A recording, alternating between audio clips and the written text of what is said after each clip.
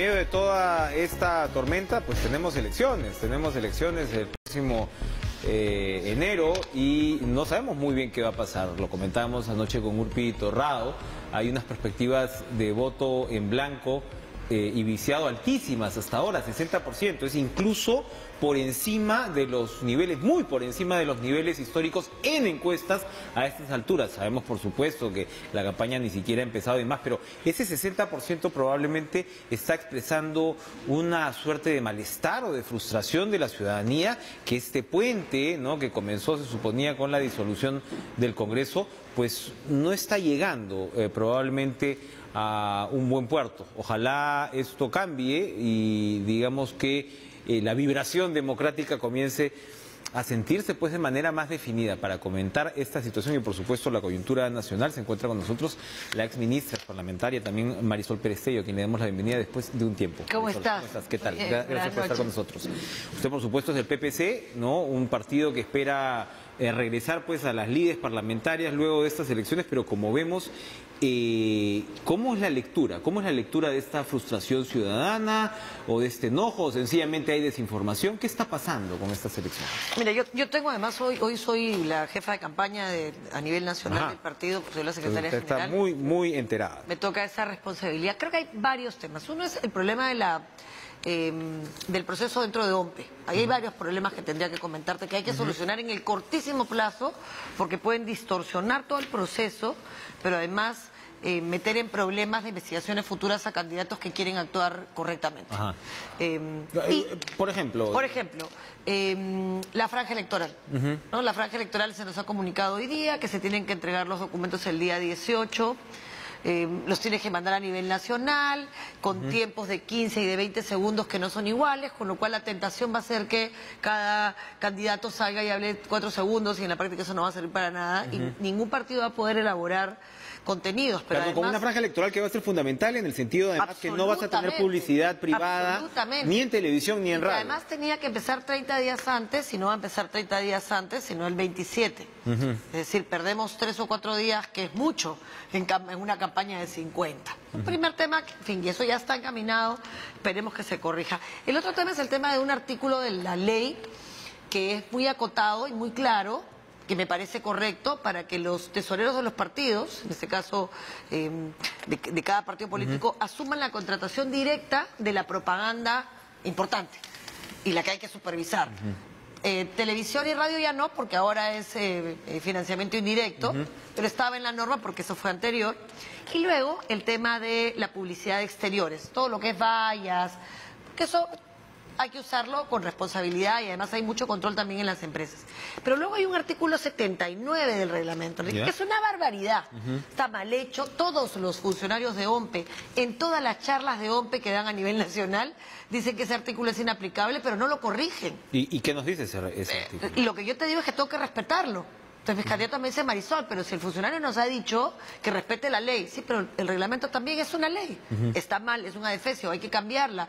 Te pide que se contrate hasta el merchandising, o sea, toda la propaganda que hace un candidato que se contrate a través del tesorero del partido. Eso no es posible. Cada candidato tiene que asumir responsabilidad. No te puedes estar escondiendo dentro de un partido que no tiene capacidad de supervisar. Estás burocratizando, además. Pero además no hay capacidad, no es verdad. O sea, no hay capacidad de supervisar los polos que la persona manda a hacer en Loreto. O la publicidad que tú pagas adicional en Facebook. Eso lo tiene que asumir. Estamos hablando pues de más de 100 candidatos por partido. Y además a nivel nacional. Y lo que haces cuando no haces algo transparente y que no se puede cumplir es generar estos espacios oscuros en los que el gran negocio de los corruptos, de los sinvergüenzas, es perfecto porque no hay manera, ¿no? Si no puedes controlarlo, entonces que suceda lo que Pero sea. es típica del Perú, ¿no? A veces somos más papistas que el Papa ante situaciones como estas y generamos pero normas entonces, inaplicables. ¿qué le pides al Parlamento? ¿Qué le pides al partido? Que no cumpla. O que cumpla como estamos haciendo nosotros y entonces no puedes sacar tus vallas, ni tus paneles, ni tu publicidad, ni tu propaganda que debería ser monitoreada, supervisada y sancionar a cualquier sinvergüenza que pretenda sacar la vuelta a la ley.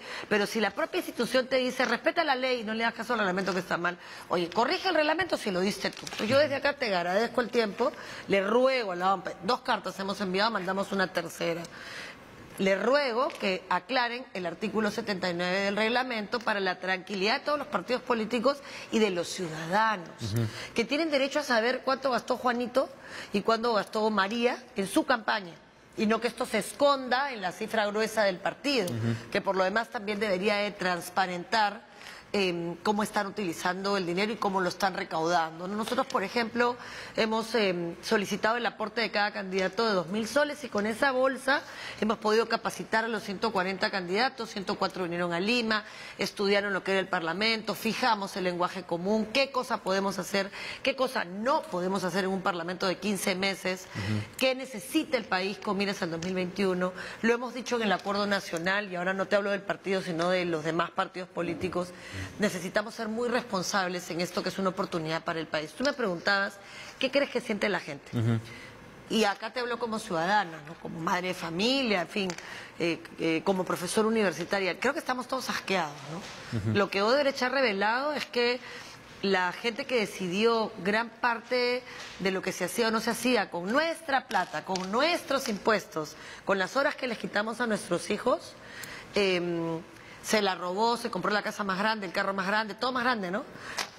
Con un mínimo con cero dignidad, y nos robó un mejor sistema de salud, incubadoras para que los niños no se mueran en todo el Perú, nos robó mejores escuelas para que los niños no tengan que caminar 2 horas para ir de un colegio a otro, nos robó, por supuesto, postas médicas de calidad, nos robó una lucha contra la anemia frontal, y esa gente tiene que terminar en la cárcel.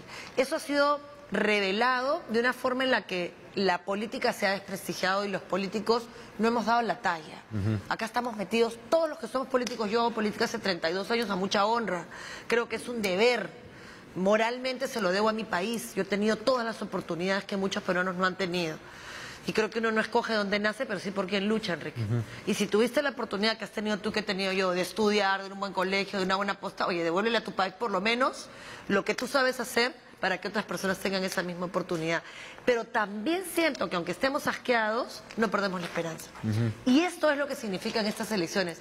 Más allá de que, por supuesto, yo invito a todos a votar por el PPC y marcar el mapa, los invito a votar con responsabilidad, por quien quieran, pero por lo menos sepan por quién están votando, por qué están votando por ese partido, qué les ofrece, qué expertise tiene, cuánto sabe de lo que se puede hacer y lo que no se puede hacer. ¿Qué es lo que no se puede hacer? ¿Qué podemos esperar? No se puede hacer pistas. No se puede construir colegios. Eso no se puede hacer. Lo que se puede hacer es legislar, fiscalizar y representar. Tampoco puedes cambiar el Poder Judicial, pero sí puedes dar las leyes que habiliten una reforma del sistema de justicia. Bueno, ayer lo comentábamos con el doctor Cubas Villanueva, los jueces supremos se han subido el sueldo a 42.000 soles. ¿Qué le parece a usted eso? Y se han subido el sueldo a 42.000 soles y eso está arrastrando, por supuesto, a que el resto de jueces estén reclamando también esa nivelación, que la tienen por ley.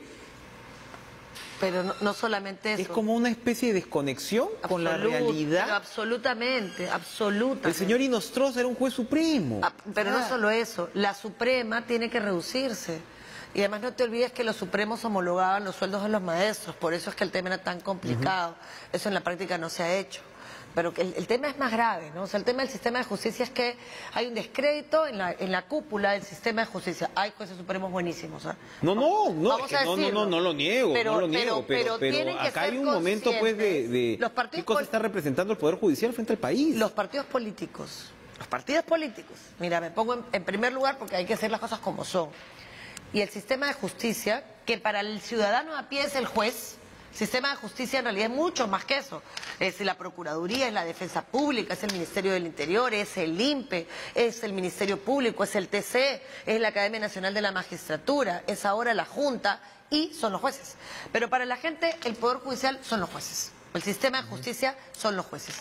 Y los que tenemos que entender, los políticos, los jueces, los policías, que necesitamos cambiar algo que hemos venido haciendo mal y que los ciudadanos no nos perciben como los que los cuidamos, los representamos o administramos justicia, sino los que estamos todo el tiempo metidos en líos horribles o peleando o permitiendo que roben, si no robando, permitiendo que otros roben, que es igual, que es igual.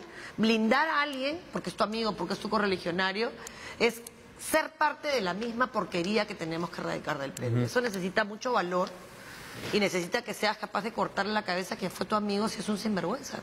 Bueno, PPC se le ha cortado a Canepa, ¿no? Sí, Espero. por supuesto De que ahí sí, salió, por supuesto que sí, y a quien tengamos que cortársela. En medio de todo esto, usted ha sido ministra de Justicia, usted conversaba en su momento sobre, digamos, si Concepción Carhuancho era un juez carcelero o no, ahora se va a pedir otra vez una prisión preventiva contra Keiko Fujimori. ¿Es la decisión correcta? Permíteme no hablar de Keiko Fujimori para que esto no parezca que es un tema...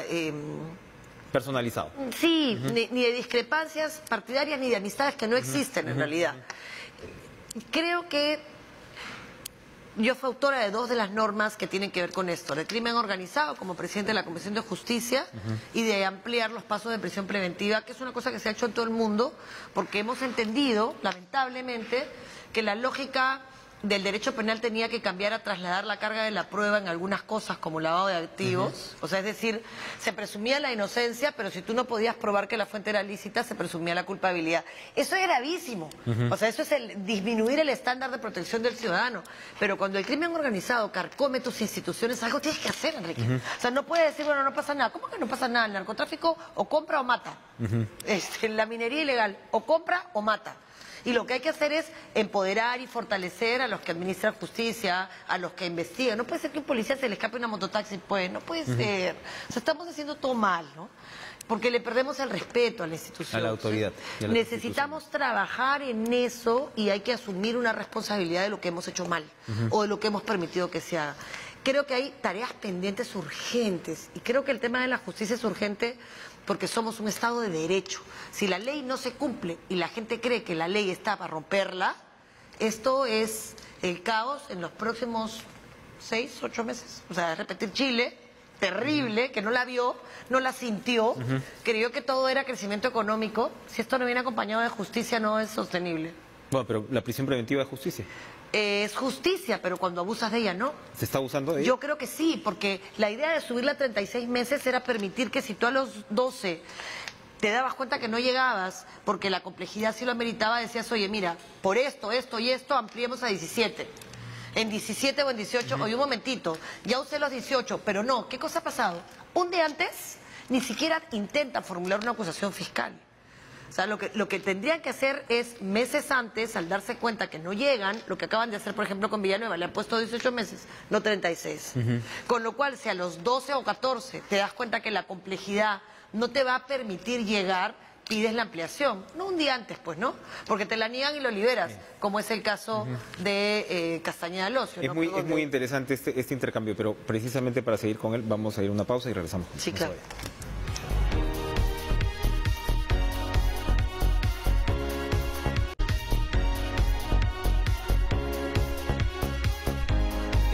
Marisol Pérez Tello, este asqueo, como lo podríamos llamar generalizado, esta no saturación de la sociedad con la corrupción, enfrentado a un sistema de justicia que de repente no está a la altura de las circunstancias. Es lo que tenemos. Hay fiscales y jueces a la altura de las circunstancias. Hay legislación que se está utilizando mal, creo que abusando de ella. Y eso es irremediable. O sea, cuando una persona ya pasó 18 meses de su vida privada de libertad o 30 meses de su vida privada de libertad, esa marca es irremediable. Creo que tampoco hay tiempo para... O sea, en este momento hay que hacer las dos cosas en paralelo. Hay que ir consolidando el sistema de justicia, transparentando el sistema de justicia, haciendo que el Estado funcione, reforma política, que hoy no funciona. Hoy no funciona, el nivel de ejecución de algunos gobiernos regionales no llega al 15% en diciembre. O sea, eso es una locura, es una locura. Hay una ministra, se supone, muy comprometida con ese tema, pero es difícil, ¿no? Es difícil llegar a... No, yo no la juzgo. O sea, el tema es que una persona no claro, va a cambiar eso. Claro. O sea, necesitamos los ciudadanos y ciudadanas, los políticos, los jueces, decir, bueno, a ver, ¿vamos al 2021 todos juntos? Dejamos de pelearnos, dejamos de ponerle cara a la prisión preventiva. Si eso ya mala, todos aplaudimos. Si es que hay con un sector aplaude y el otro no aplaude. Uno puede aplaudir un poco porque en realidad Es evidentemente, los aplausos están... Siente que se hace justicia, ¿no? Claro, hay que ponerle nombre. Toma como una nombre a la prisión adelantada. preventiva, y el nombre es el de la persona que no tiene plata para pagar un abogado y que tiene hoy 20 meses en prisión en Castro. Es una figura completamente generalizada. Y es una figura que no se hizo para eso. O sea, nosotros la incorporamos a pedido del Ministerio Público en la mesa, en el marco de la mesa por la justicia. Fue un pedido expreso del Ministerio Público para casos complejos, para casos extremos, para evitar que un sicario, un terrorista se escapara y pudiera seguir haciendo daño, no para que la Fiscalía relajara los plazos. Además, esto tiene control convencional, vamos a perder todos los casos en la comisión o en la corte. Pero ¿quién le devuelve al ciudadano inocente los meses que está privado de libertad? Ahora, eso no significa que los que ahorita están privados de libertad sean inocentes, no estoy diciendo eso, estoy diciendo no aplaudamos algo que no entendemos. La prisión preventiva se supone que está dada para evitar un riesgo mayor, y yo honestamente siento que se les está pasando la mano con el tema. Olvídate de Keiko, olvídate de Ollanta. Es la figura. Es la figura la que hay que revisar. Y el Poder Judicial ya se pronunció sobre ese tema y, sin embargo, se sigue abusando de ella. Una más sobre el sistema de justicia, porque usted conoce de esta situación. Además, creo que es una de las cosas urgentes que hay que hacer. Los procuradores. Están súper súper enfrentados ahora. Dos procuradores importantes, como es ENCO, de un lado el procurador anticorrupción, con Ramírez, que es el procurador para el caso Odebrecht, por, en este caso, el tema pues de la reparación civil. ¿Qué pasa con las procuradurías en el país? Yo creo que no se ha resuelto el problema del sistema de justicia en general y el problema de ninguna de las instituciones que lo formen en particular. Entonces, si tú me dices, Marisol, hablemos de la Procuraduría, tengo para hablar 1 hora. Y si me dices, hablemos del INPE, otra hora. Y hablemos del TC, otra hora. O sea, creo que las instituciones que forman el sistema tienen en su norma de creación un problema, primero, de antigüedad de la norma con relación a los cambios tecnológicos y a los cambios que ha vivido nuestra sociedad. Primero, algunas son previas a la Constitución del 79, o sea, esas cosas hay que actualizarlas con la demanda de los tiempos. Segundo, no tenemos data actualizada, con lo cual no podemos tomar decisiones, y eso es un problema. No sabemos los procuradores qué carga tienen, por ejemplo, para saber cuándo asignas un procurador a un caso a otro. Ahora, yo te dejaría de lado el problema de los procuradores en general y de los procuradores anticorrupción en particular, porque creo que deberían de ser tratados de forma distinta. Desde que pasó el primer problema con la señora Vilcatoma en su momento, yo empecé a estudiar el tema de los procuradores, y hemos confundido el abogado del Estado, que es el procurador, con el abogado que denuncia, que es o con el que fiscaliza, que es el fiscal. El procurador defiende la reparación civil. Y por supuesto puede impulsar un proceso. Quizá debería depender no del Ejecutivo, sino de la Contraloría. Por ejemplo, para que tenga un brazo legal la Contraloría y que no se frustre en el camino las denuncias que hace, ¿no? Creo que la norma que se ha dado no es sana, no es buena y no es oportuna. La que le quita a los procuradores la posibilidad de denunciar a las autoridades, a las altas autoridades del país. Creo que no es sano. Creo que no es el momento tampoco, pero en fin, esas cosas se corregirán con el próximo Congreso. Y en este caso en particular de ENCO y el procurador Jorge Ramírez, honestamente me parece que la ministra de Justicia debería de intervenir en el tema, no en los casos donde por supuesto hay autonomía, pero sí en las formas, ¿no? O sea, decirle a ENCO, por ejemplo, en ese caso, que no hubiera denunciado. No, porque si ENCO tiene legítimamente una duda, lo puede canalizar. El circo es lo que hace daño, ¿no? O sea, denuncia ya tiene tiempo y se pudo canalizar, creo que además de otra forma, porque hay un consejo y ese consejo podría haber hecho algún correctivo. La reparación civil se fija sobre una ley. Antes de la reparación civil fijada por Ramírez en el caso de Odebrecht, la reparación civil la fijaba el procurador según su sano criterio. Eso era peligrosísimo, Enrique, se prestaba para cualquier cosa, no voy a decir... Sí, claro, o sea, pero, y se pasó precisamente a la fórmula, ¿no? Que no sé si será la mejor. Una metodología, ¿no? Alguna vez hay que revisarla. Yo estaba trabajando en eso cuando salí, no sé si esta es la mejor, no importa, pero es una fórmula previsible. ¿Qué país? ¿Qué país? Vamos a una última pausa. Con muchas cosas que hacer. Regresamos con más cara a cara.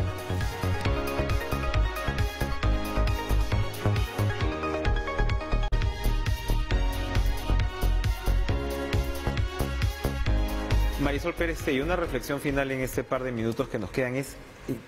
A ver, en esta vorágine que estamos viviendo, porque la verdad uno mismo como periodista ya termina medio groggy, ¿no? Las semanas, porque es una vorágine, ¿no? Político-penal en realidad lo que estamos viviendo.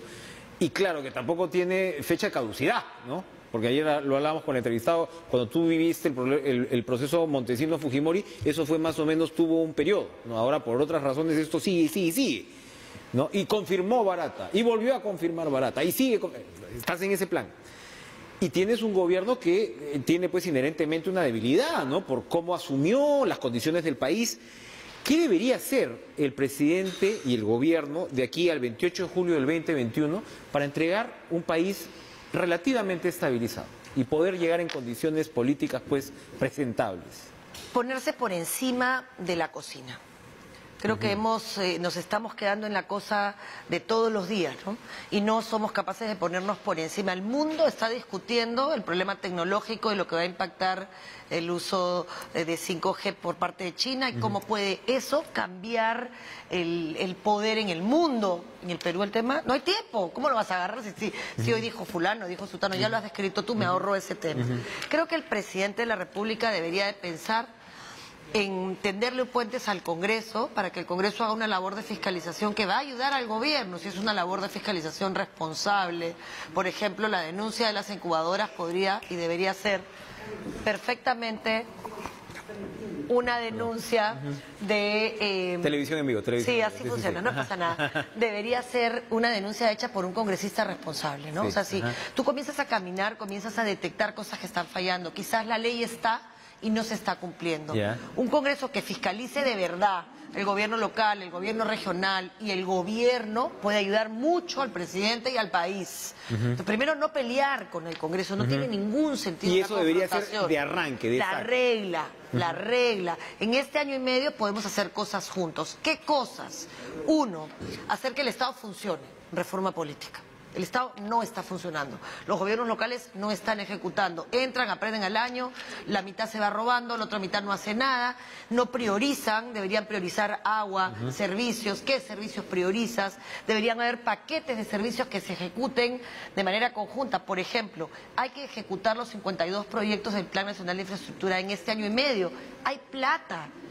Hay plata y el modelo Panamericano ha funcionado. Y es una demanda ahora mismo en fin, de los propios gremios y hay pero coloca además veeduría ciudadana si tú quieres para supervisar el proceso. Ejecuta 52 proyectos que conecten al país. La conexión reduce precios, reduce fletes, hace que crezcan lugares que están alejados del Perú, para donde llegar te toma 15 horas. En fin, te pone en el siglo XXI. Dale paz al Perú, con seguridad ciudadana, pero también resuelve el problema del BRAEM de una vez. Y finalmente enfrenta la justicia, que si no funciona en este país no somos un Estado ¿Podemos de hacer una reforma de justicia, lo que falta de la reforma de justicia en el próximo Congreso? Falta todo. ¿Pero debería ser? Es la prioridad, porque un Estado donde la ley no se cumple no es un Estado de Derecho. Ojalá esa agenda pueda más o menos instalarse, desarrollarse. Gracias, Marisol Pérez. No, gracias a ti, gusto, por favor. como siempre, compartir una conversación con usted. Vámonos ya, nos fuimos, nos quitamos. Gracias por estar con nosotros. Regresamos con más cara a cara. Sigan con Lucho Trizano, que sigue recontrasado con lo que está pasando con el VAR y la final de Alianza Binacional. Chao.